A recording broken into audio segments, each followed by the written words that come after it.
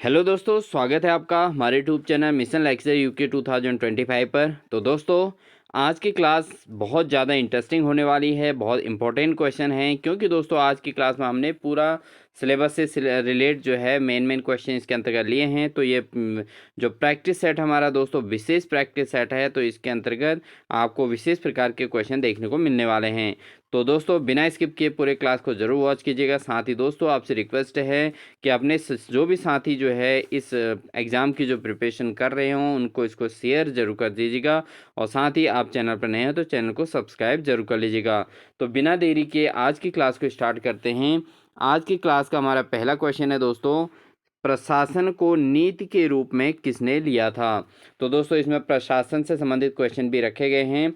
तो प्रशासन को नीति के रूप में किसने लिया था? ऑप्शन है जिंके, वानजुस्टी, प्रोसे या वुडरो विल्सन। तो दोस्तों, जो प्रशासन है, विद्यालय प्रशासन, इसको नीति के रूप में किसने लिया था?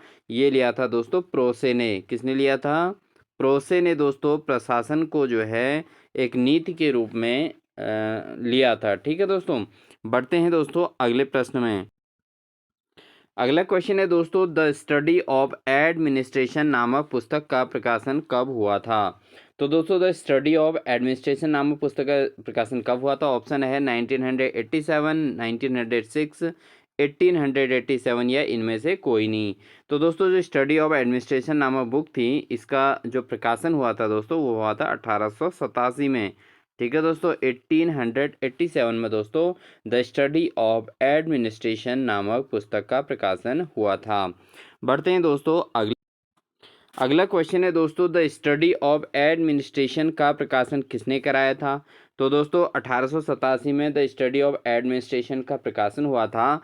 और ये जो है 1887 में जो प्रकाशन किया गया था, वो किसने कराया था? ऑप्शन है मेरी पार्कर फॉलेट, या पीटर ड्रकर, या वुडरो विल्सन, या मॉरिक एल कुक।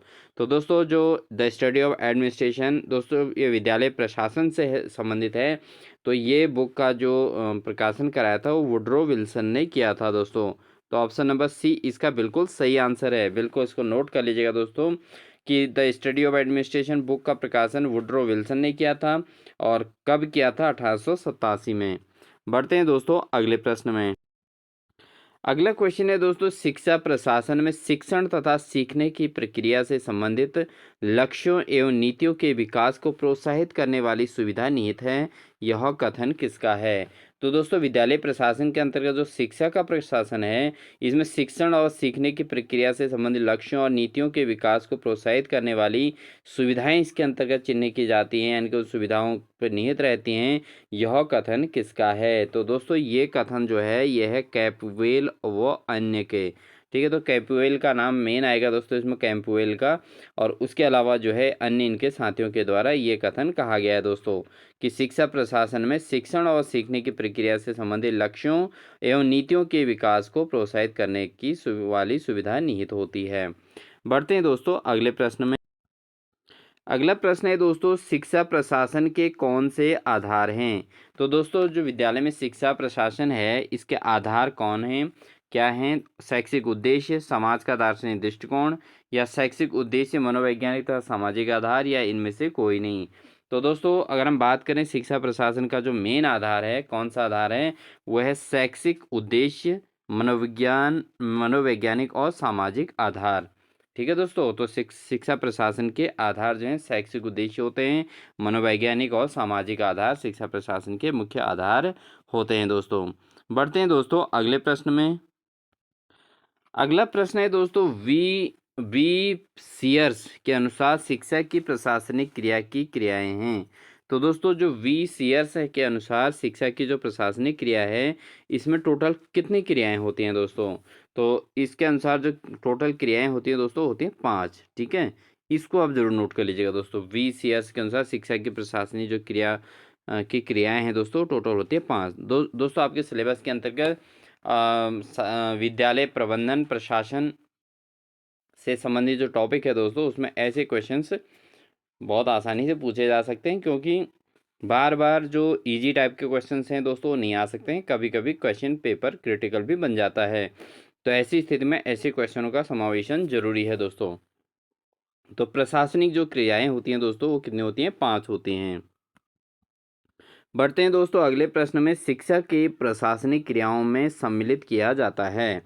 तो दोस्तों जो शिक्षा की जो प्रशासनिक क्रियाएं हैं उसमें किसको सम्मिलित किया जाता है? तो दोस्तों ऑप्शन है आपके पास नियोजन व संगठन, निर्देशन, समन्वय और नियंत्रण, निर्णयन, रिपोर्टिंग और मूल्यांकन, उपयुक्त सभी। तो दोस्तों अगर हम इसमें बात करें कि एक विद्यालय प्रशासनिक क्रियाओं में या शिक्षा की जो प्रशासनिक क्रियाएं हैं दोस्तों, उसमें नियोजन भी जरूरी है और संगठन भी जरूरी है। इसके अलावा डायरेक्शन भी ज़रूरी है, निर्देशन, समन्वयन भी ज़रूरी है, मैंने जो उसको व्यवस्थाओं का समन्वयन करना, नियंत्रण करना, निर्णय लेना, रिपोर्टिंग, मूल्यांकन करना, ये सभी चीज़ें दोस्तों शिक्षा में के प्रशासनिक क्रियाओं के अंतर्गत होते हैं दोस्तों। तो इस आधार पर ऑप्शन ए, बी, सी तीनों सही हैं, अतः ऑप्शन नंबर डी इसका बिल्कुल राइट आंसर हो जाएगा दोस्तों। तो ऑप्शन नंबर डी इसका बिल्कुल सही आंसर है। बढ़ते हैं दोस्तों अगले प्रश्न में। अगला क्वेश्चन है दोस्तों, पुनरीक्षण समिति की स्थापना किसकी अध्यक्षता में हुई? तो दोस्तों पुनरीक्षण समिति की स्थापना हुई थी वो किसकी अध्यक्षता में हुई थी दोस्तों? ऑप्शन है डॉक्टर सरमन नारायण या डॉक्टर ईश्वर भाई पटेल, डॉक्टर पी.डी. शुक्ला या इनमें से कोई नहीं। तो दोस्तों जो पुनरीक्षण समिति की स्थापना किसकी अध्यक्षता में हुई थी? ये हुई थी डॉक्टर ईश्वर भाई पटेल की अध्यक्षता में पुनरीक्षण समिति की स्थापना की गई थी। ठीक है दोस्तों। अगला क्वेश्चन है दोस्तों, राष्ट्रीय शिक्षा नीति 1986 में कॉमन कोर में किन राष्ट्रीय मूल्यों को स्थान दिया गया था? तो दोस्तों इसको बिल्कुल केयरफुली आप नोट कर लीजिएगा, ये इंपॉर्टेंट क्वेश्चन है। अगर पेपर थोड़ा कठिन बनेगा दोस्तों तो इस प्रकार के क्वेश्चनों को पूरी तरीके से जगह मिलने वाली है एग्जाम में। तो इसलिए इनको भी बिल्कुल अच्छी तरीके से समझ लीजिएगा कि जो राष्ट्रीय शिक्षा नीति थी 1986 में, उसके कॉमन कोर में किन राष्ट्रीय मूल्यों को स्थान दिया गया था, मेनली किन को स्थान दिया गया था दोस्तों? ऑप्शन नंबर ए इसका बिल्कुल सही आंसर है, यह है लोकतंत्र। ठीक है दोस्तों, लोकतंत्र को मेन स्थान दिया गया था दोस्तों, प्रजातंत्र को महत्व नहीं दिया गया था। लोकतंत्री शिक्षा जो है देने की बात कही गई थी। तो इम्पोर्टेंट क्वेश्चन है दोस्तों, इसको जरूर नोट कर लीजिएगा। ऑप्शन नंबर ए इसका बिल्कुल सही आंसर हो जाएगा दोस्तों। लोकतंत्र के साथ साथ दोस्तों इसमें धर्मनिरपेक्षता, पर्यावरण व संरक्षण व समिति परिवार का महत्व और उपयुक्त सभी, इन सभी चीज़ों को इसमें महत्व दिया गया था दोस्तों। तो राष्ट्रीय शिक्षा नीति 1986 में जो कॉमन कोर में लोकतंत्र हो गया, धर्मनिरपेक्षता हो गया, पर्यावरण का संरक्षण और समिति परिवार का महत्व और उपयुक्त सभी, ये चारों चीज़ें इसमें इंपॉर्टेंट तीनों चीज़ें रखी गई थी दोस्तों। तो ऑप्शन नंबर डी इसका सही आंसर होगा दोस्तों। ठीक है, तो लोकतंत्र के साथ धर्मनिरपेक्षता को भी महत्व दिया था और पर्यावरण का संरक्षण, क्योंकि जो जिस वातावरण में रह रहे हैं वहाँ का संरक्षण करना, और सीमित जो समिति परिवार है इसका भी महत्व इसमें बताया गया है दोस्तों राष्ट्रीय शिक्षा नीति 1986 में। तो इस आधार पर तो दोस्तों इसका उपयोग तो सभी ऑप्शन सही होगा, यानी कि ऑप्शन नंबर डी इसका बिल्कुल सही आंसर हो जाएगा। बढ़ते हैं दोस्तों अगले प्रश्न में, मानव संसाधन विकास मंत्रालय का सृजन कब हुआ था? तो दोस्तों मानव संसाधन विकास मंत्रालय कब सृजित हुआ था, कब बना था दोस्तों? ये हुआ था दोस्तों 1985 में। ठीक है दोस्तों, 1985, यानी कि राष्ट्रीय शिक्षा नीति 1986 से पहले एक साल पहले मानव संसाधन विकास मंत्रालय का सृजन हुआ था 1985 में। ठीक है दोस्तों, बढ़ते हैं अगले प्रश्न में। तो ऑप्शन नंबर सी इसका सही आंसर हो जाएगा दोस्तों। अगला क्वेश्चन है दोस्तों, मानव संसाधन विकास मंत्रालय के कितने विभाग हैं? तो दोस्तों जो मानव संसाधन विकास मंत्रालय है इसमें टोटल कितने विभागों को रखा गया है? तो दोस्तों इसमें है टोटल 5 विभाग। कितने विभाग हैं दोस्तों? 5 विभाग रखे गए हैं मानव संसाधन विकास मंत्रालय में। ठीक है दोस्तों, इंपॉर्टेंट क्वेश्चन है।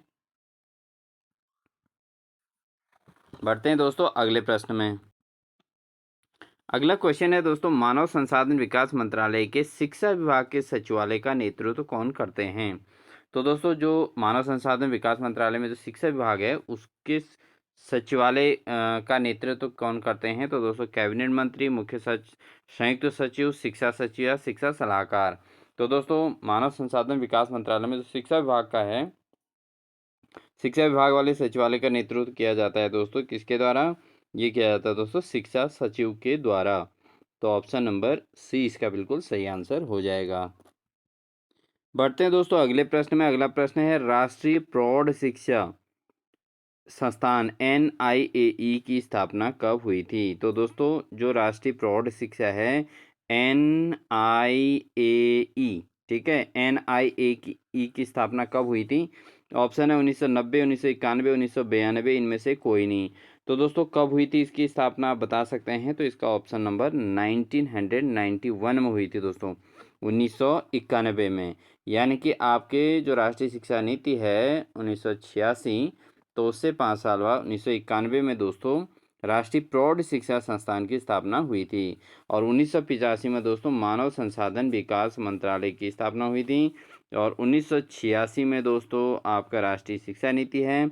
और 1991 में राष्ट्रीय प्रौढ़ शिक्षा संस्थान की स्थापना हुई थी दोस्तों। उम्मीद है आपको इस तरीके कोरिलेट करके कुछ याद हो गया होगा।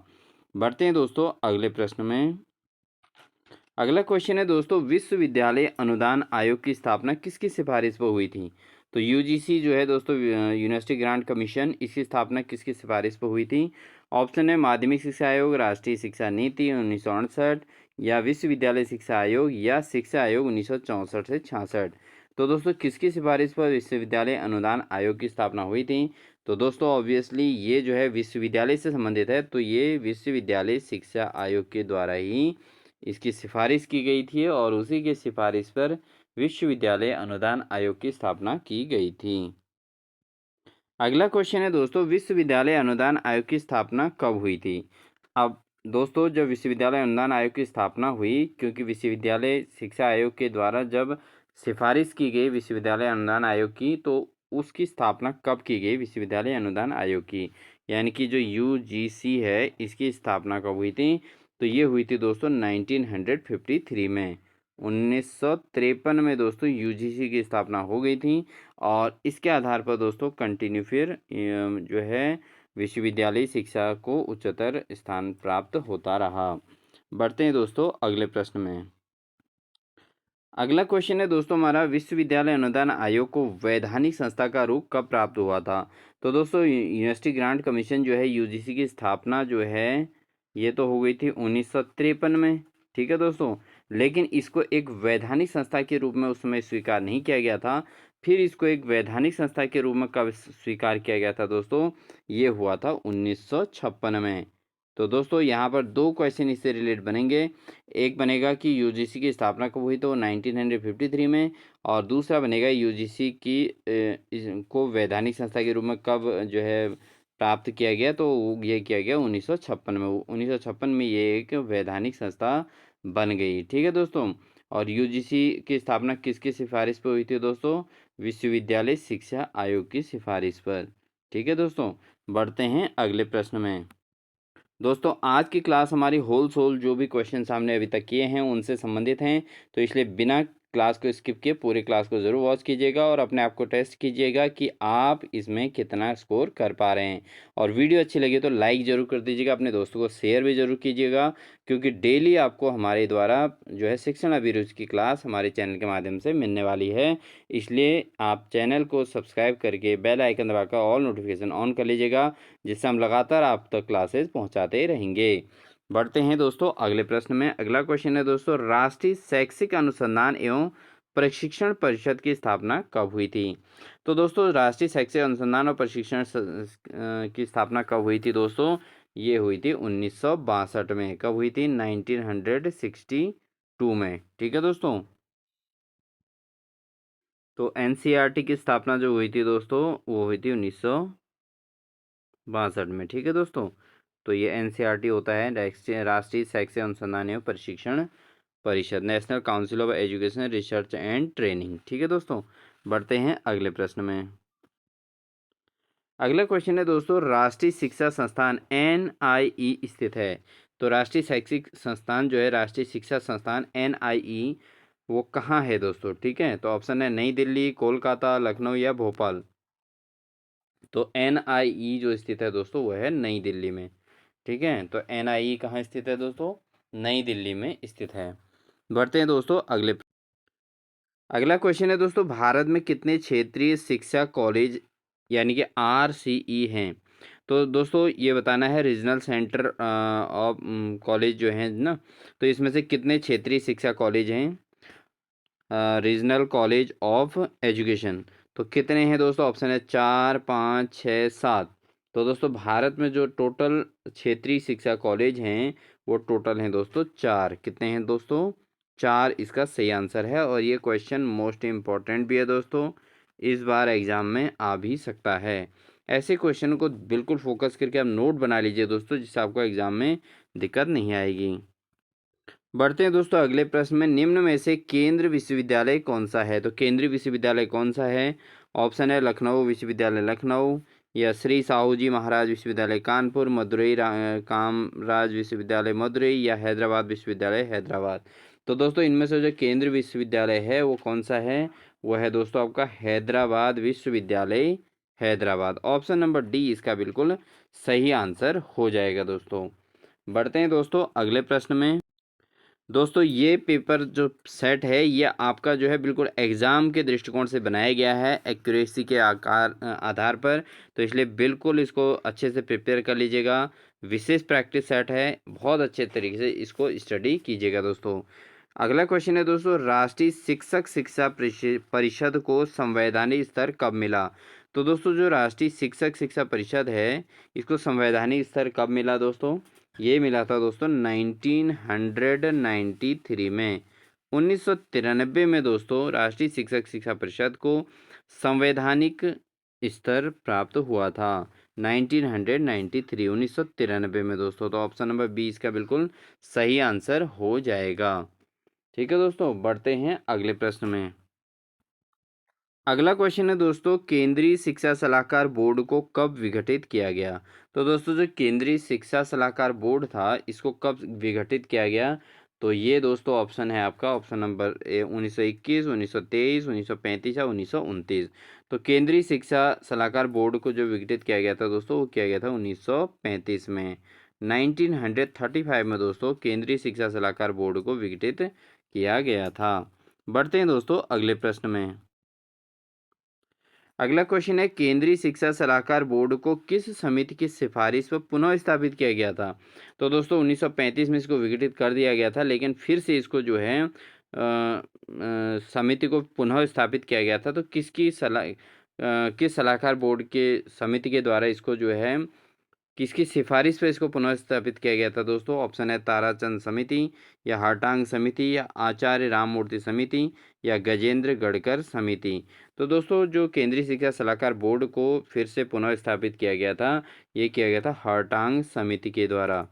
ठीक है दोस्तों, हाटांग समिति के द्वारा दोबारा इसको जो है केंद्रीय शिक्षा सलाहकार बोर्ड को फिर से जो है पुनः स्थापित किया गया था हाटांग समिति के द्वारा दोस्तों। इंपॉर्टेंट क्वेश्चन है, इसको भी आप जरूर नोट कर लीजिएगा दोस्तों।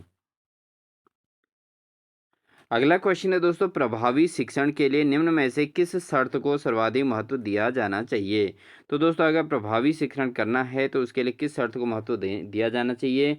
तो प्रभावी शिक्षण के लिए क्या होना चाहिए दोस्तों, एक तो व्यवहारिक उदाहरण देकर पाठ्य वस्तु को स्पष्ट करना चाहिए। तो व्यवहारिक उदाहरण के द्वारा ही दोस्तों प्रभावी शिक्षण हो सकता है। तो ऑप्शन नंबर सी इसका बिल्कुल सही आंसर हो जाएगा दोस्तों। ठीक है, जो भी बड़े क्वेश्चन होंगे दोस्तों उनके ऑप्शंस पूरे नहीं पढ़े जाएंगे, क्योंकि जो है आपको उसमें सीधे सही आंसर को ही समझना जरूरी है। तो ऐसे क्वेश्चनों में सीधे सही आंसर को ही पढ़ा जाएगा दोस्तों। ठीक है, तो प्रभावी शिक्षण के लिए क्या हो सके दोस्तों, व्यवहारिक उदाहरण से ज़्यादा प्रभावी होता है। ठीक है, शिक्षण जो है व्यवहारिक उदाहरण, जो बच्चे के परिवेश पर आधारित उदाहरण हो, अगर उनको बताकर जो है बच्चे को पढ़ाया जाए तो बच्चा बहुत आसानी से सीख जाते हैं दोस्तों। अगला क्वेश्चन है दोस्तों, अध्यापक बन जाने के बाद आप किस कार्य में अधिक रुचि लेंगे। तो दोस्तों जब आप एक टीचर बन जाएंगे तो उसके बाद आप किस कार्य में सबसे अधिक रुचि लेंगे।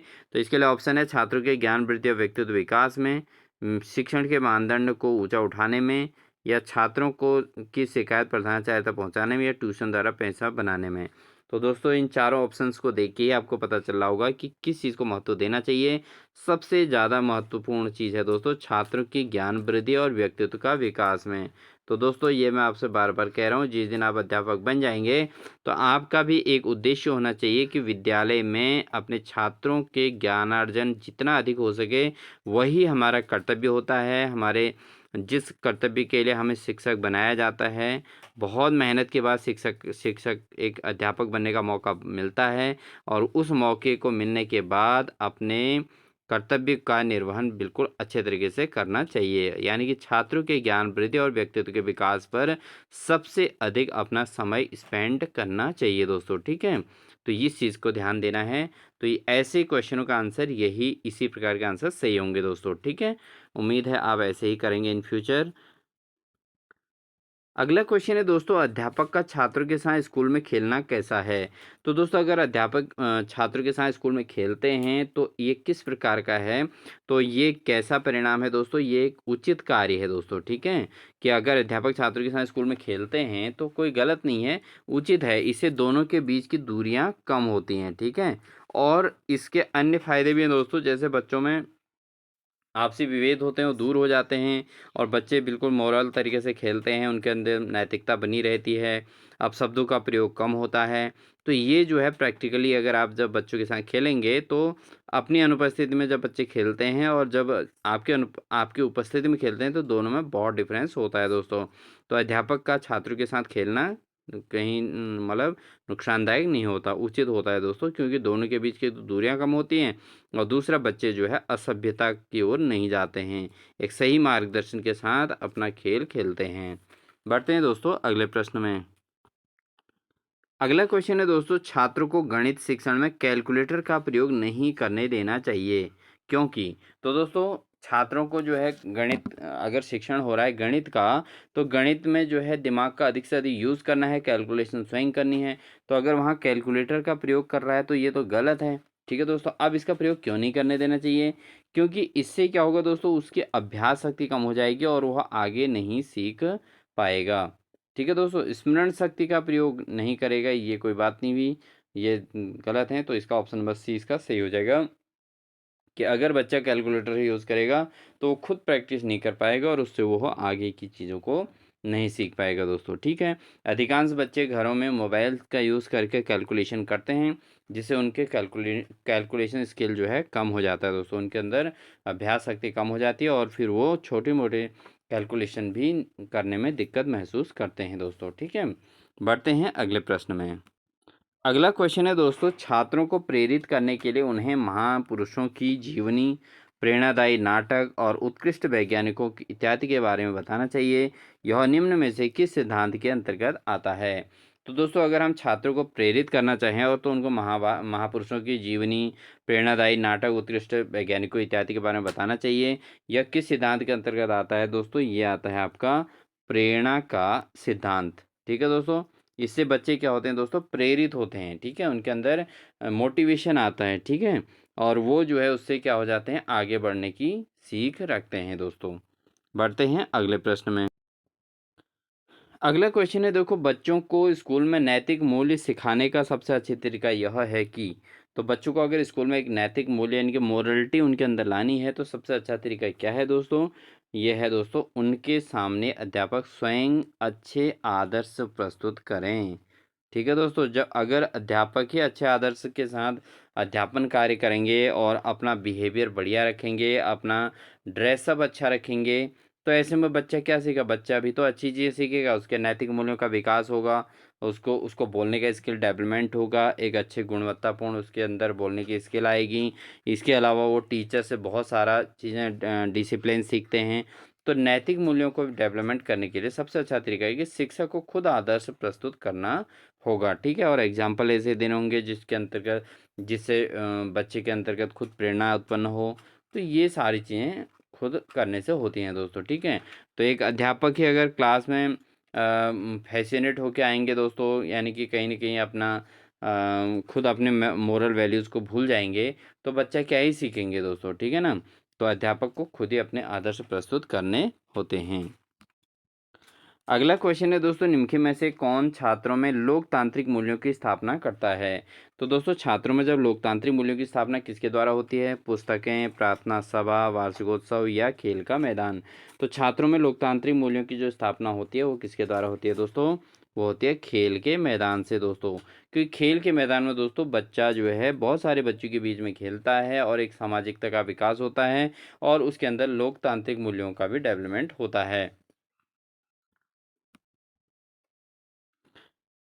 अगला क्वेश्चन है दोस्तों, निम्न में से क्या बच्चों के सामाजिकरण में प्रमुख भूमिका निभाता है? ऑप्शन है खेलकूद, अच्छे कपड़े, बच्चों की सुंदरता या बच्चे की अच्छी पाठ्य पुस्तक। तो दोस्तों बच्चों में सामाजिकरण की जो मुख्य भूमिका निभाता है वो निभाता है खेलकूद। ठीक है दोस्तों, तो खेलकूद के द्वारा बच्चा पूरी तरीके से सामाजिकृत या सामाजिकरण उसका हो जाता है दोस्तों। क्योंकि बच्चे को एक अलग अलग प्रकार के बच्चे मिलते हैं, उनके बीच आपस में बोलना, उनके साथ खेलना और आपस में जो है एक दूसरे को शेयरिंग करना, तो ये सारी चीज़ें सामाजिकरण के लक्षण होते हैं दोस्तों। ठीक है, तो उससे सामाजिकरण का गुण उसके अंतर्गत आ जाता है। तो खेलकूद सबसे बेस्ट जो है साधन होता है दोस्तों। बढ़ते हैं दोस्तों अगले प्रश्न में, सरकारी स्कूलों में दोपहर के भोजन की योजना से लाभ यह है कि दोस्तों जो सरकारी स्कूलों में दोपहर का भोजन होता है इससे क्या लाभ है? तो दोस्तों इसका अगर हम बात करें तो बच्चों के लिए बच्चों को स्कूल में टिफ़िन नहीं ले जाना पड़ता। इसके अलावा यदि बच्चे भूख से व्याकुल होंगे तो पढ़ने के लिए प्रेरित नहीं किया जा सकता। निर्धन बच्चों को कुपोषण से बचाया जा सकता है, बी और सी दोनों। तो दोस्तों अगर यहाँ पर बात करें तो बच्चों को स्कूल में टिफ़िन नहीं ले जाना पड़ता, ये तो कोई बात नहीं बनती।